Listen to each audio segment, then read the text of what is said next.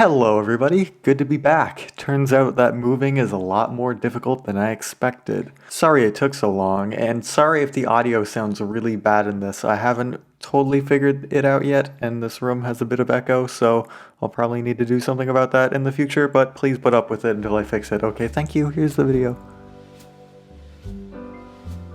Those of you who know what diegetic music is probably already know exactly what this video is going to be about. For those of you who don't, you're definitely waiting for me to explain what that means, so let's cut to the chase. Diegetic music, or diegetic if you pronounce beta like beta, is music that exists within the fiction of a story, as opposed to music that only exists in the soundtrack. Here's an example. The music in this scene in Shaun of the Dead is diegetic, because it's played on a jukebox that exists within the world of the film. Compare this to the non-diegetic music in Transformers, where only the audience can hear the soundtrack. Diegetic music is used in film a lot, and at worst it's a cheap way to include licensed music.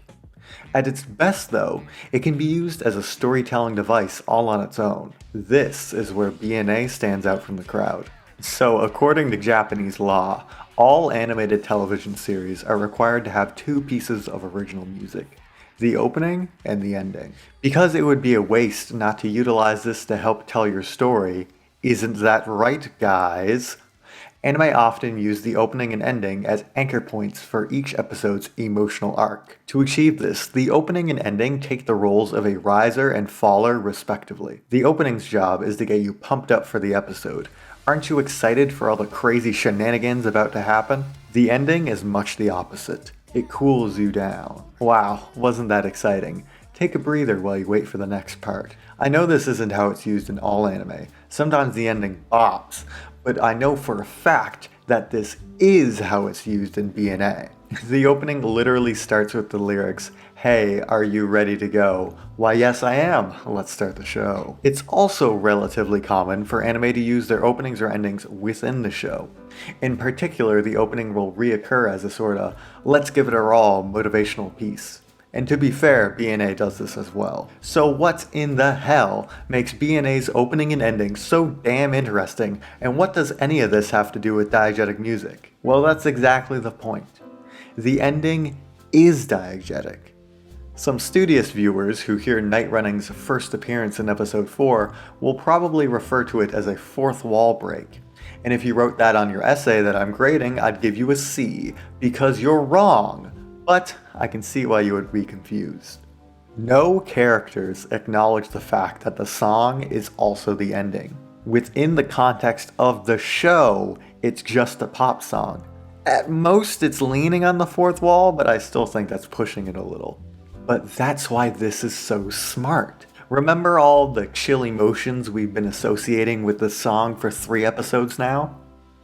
All of that is being applied to the characters.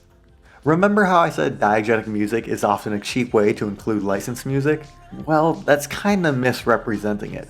Cause the reason directors choose to add licensed music is that the audience already has an emotional association with a piece. The problem is everybody is different, and no two people will have the same emotions tied to a song. Maybe one person heard it on the radio, while another was introduced by a friend. But this issue gets completely circumvented when you introduce a song with your anime and then reintroduce it back into the story later. Night Running is the ending. Now, in episode 4, we're being told that it's Michiru and Nazuna's favorite song. This alone lets us know so much about their relationship without saying a word. Just the situation alone tells us everything we need to know about these two characters nearly instantly. Think for me here. How many people in your life can you just sit down with and listen to some fun, calm music? 1? Maybe 2? Maybe 0.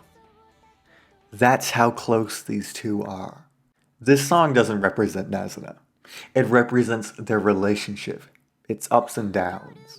It brings them together in a way that a non-diegetic leitmotif never could. Having it be the ending allows the anime to establish the song's emotional crux before introducing the final dynamic. It's like they figured out a way to use the already established conventions of the medium to increase the complexity of the subtext. It's like they're making a good fucking show! Listen, guys, I know I don't have the deepest anime repertoire, so what I'm raving about today might have been used in other anime to equal or greater effect. And if it has, please let me know so I can check those shows out myself. But when this tune started coming through those AirPods, it was like watching a magician pull back the sheet. And you know what? I'm damn happy when I get schooled. 教えて夜に馳せるこの揺らめきと思いのままに飛び回ってもっと自由にかけていこうよ星を見上げてさ